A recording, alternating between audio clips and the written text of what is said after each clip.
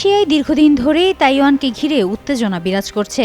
একদিকে চীন দ্বীপটিকে নিজের ভূখণ্ডের অংশ বলে দাবি করে আসছে, অন্যদিকে তাইওয়ান নিজেকে একটি স্বতন্ত্র ও গণতান্ত্রিক রাষ্ট্র হিসেবে টিকিয়ে রাখতে যুক্তরাষ্ট্রসহ মিত্র দেশগুলোর সহযোগিতার উপর নির্ভর করছে। সাম্প্রতিক বছরগুলোতে তাইওয়ানের আকাশসীমা ও আশপাশের জলসীমায় চীনের সামরিক মহড়া, যুদ্ধবিমান ও নৌযানের উপস্থিতি উল্লেখযোগ্যভাবে বেড়েছে। কূটনৈতিক চাপের পাশাপাশি প্রয়োজনে শক্তি প্রয়োগের হুমকিও বারবার দিয়েছে বেইজিং। এমন বাস্তবতায় তাইওয়ান ইস্যু শুধু দুই পক্ষের মধ্যে সীমাবদ্ধ নেই, এটি এখন আঞ্চলিক নিরাপত্তা ও আন্তর্জাতিক রাজনীতির একটি বড় সংকটে রূপ নিয়েছে। এই প্রেক্ষাপটে চীনের ক্রমবর্ধমান সামরিক হুমকির মুখে তাইওয়ানের কাছে এক চুক্তির আওতায় $1,110 কোটি অস্ত্র বিক্রির অনুমোদন দিয়েছে যুক্তরাষ্ট্র। গত বুধবার ওয়াশিংটনে এই ঘোষণা দেওয়া হয়, যা তাইওয়ানের ইতিহাসে মার্কিন অস্ত্র বিক্রির সবচেয়ে বড় চুক্তি হিসেবে বিবেচিত হচ্ছে। দ্বিতীয় মেয়াদে ক্ষমতায় আসার পর প্রেসিডেন্ট ডোনাল্ড ট্রাম্প প্রশাসনের অধীনে এটি তাইওয়ানের কাছে অস্ত্র বিক্রির দ্বিতীয় বড় সিদ্ধান্ত।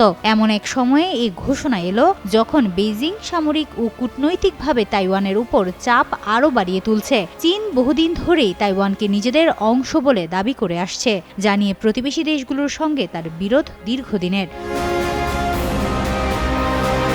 তাইওয়ানের প্রতিরক্ষা মন্ত্রণালয়ের বিবৃতিতে বলা হয়েছে, এই চুক্তির আওতায় যুক্তরাষ্ট্র 8 ধরনের অত্যাধুনিক সমরাস্ত্র ব্যবহার করবে, যার মধ্যে রয়েছে হিমার্স রকেট উৎক্ষেপণ ব্যবস্থা, হাওইটজার কামান, জ্যাভলিন ট্যাঙ্ক, বিধ্বংসী ক্ষেপণাস্ত্র ও আত্মঘাতী ড্রোন।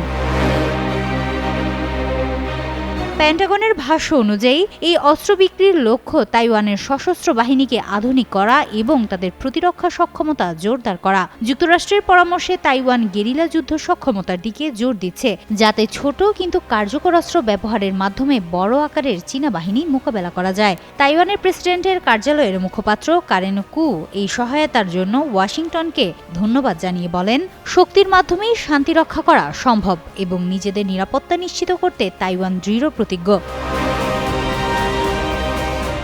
হিমাতুল জান্নাত, যুগান্তর নিউজ।